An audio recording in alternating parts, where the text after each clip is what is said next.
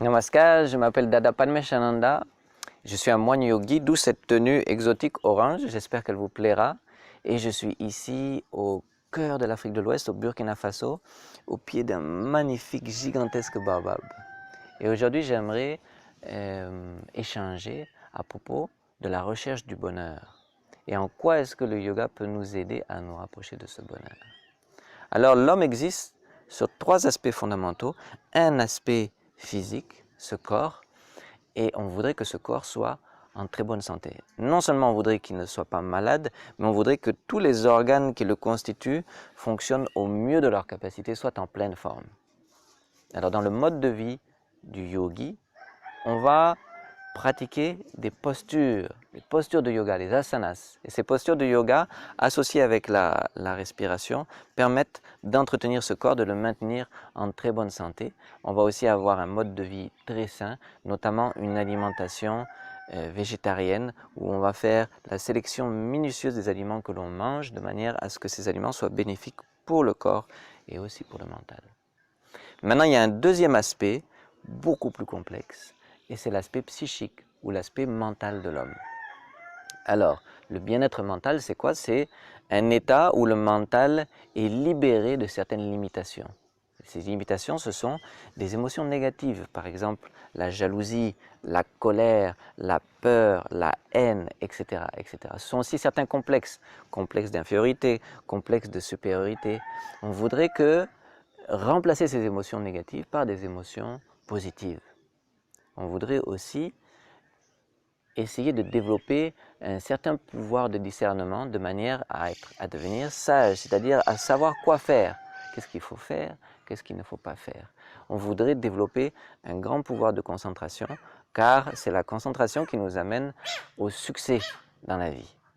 Et finalement, on aimerait développer une certaine maîtrise de soi, c'est-à-dire on va cultiver une discipline mentale de manière à reprendre la maîtrise de ce mental et de pouvoir surmonter ces émotions négatives, de pouvoir surmonter le stress et toute négativité.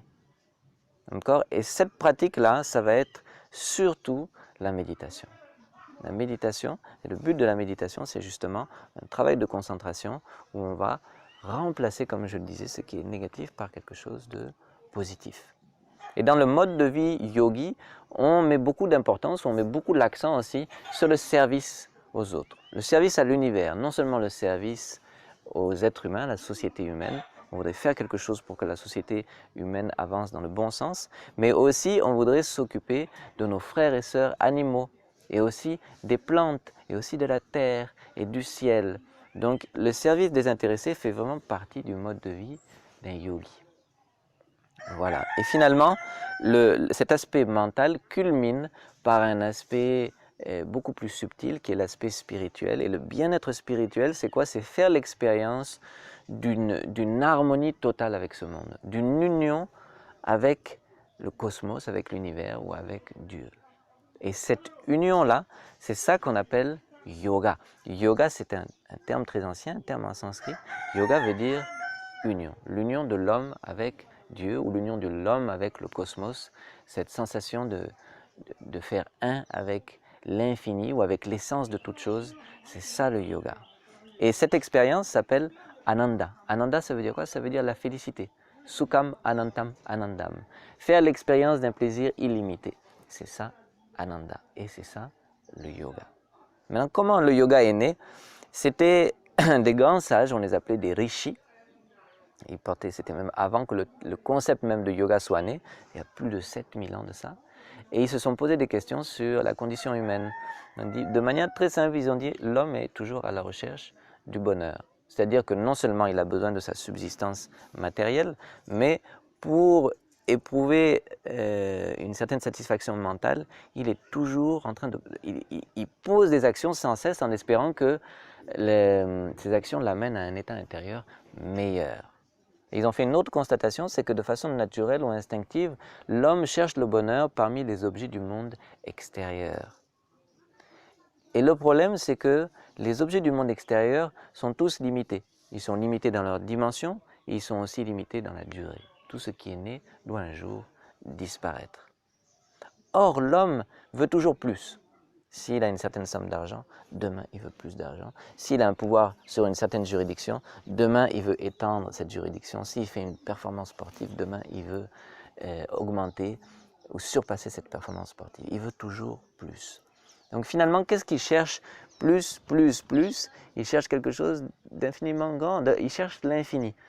Et ils ont dit, voilà, l'homme est par définition ou par essence, il a soif de l'illimité, soif de l'infini. Et ils ont dit que ceci est le dharma de l'homme. Le dharma, c'est ça, c'est la caractéristique même d'une chose. Le dharma de l'eau, c'est de mouiller. Le dharma du feu, c'est de brûler. Eh bien, le dharma de l'homme, c'est d'avoir soif de l'illimité. Alors, ce n'est pas une petite chose. Mais ils ont compris, ou ils ont déduit quelque chose de très intéressant. C'est-à-dire que si ce bonheur ne peut pas se trouver dans le monde extérieur, qui est une mauvaise nouvelle a priori, mais il y a un autre moyen, il peut peut-être se trouver dans le monde intérieur. Donc l'approche du yogi, c'est une approche intérieure. Et dans cette approche intérieure, qu'est-ce qu'on va faire? On va essayer de se lier avec une source infinie de joie, d'amour, de compassion, qu'ils ont appelé Brahma. Brahma, ça veut dire ce qui est tellement grand, ce qui est infiniment grand. Voilà, donc les yogis ont fermé leurs yeux, ont commencé à faire cette recherche intérieure et certains d'entre eux sont arrivés à faire cette expérience. C'est-à-dire ce n'est pas quelque chose d'illusoire, ils ont vraiment fait cette expérience. Bouddha en est un exemple.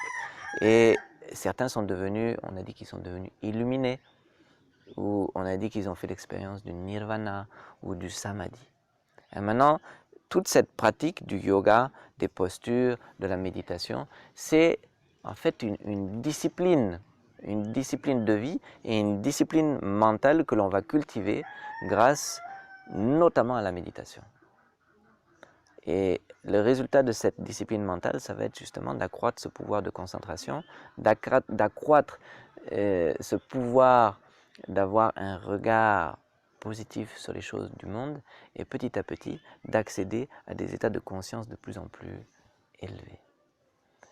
Alors, c'est la première vidéo, c'est un peu une introduction sur ce qu'est le yoga et dans les vidéos qui vont suivre, on va détailler plus ces pratiques. On va aussi expliquer un peu la philosophie sous-jacente. Et j'espère que vous serez nombreux à nous suivre, j'espère que ça va vous plaire et surtout j'espère que vous allez vous mettre à pratiquer vraiment. Et je vous donne donc rendez-vous à très très bientôt. Merci.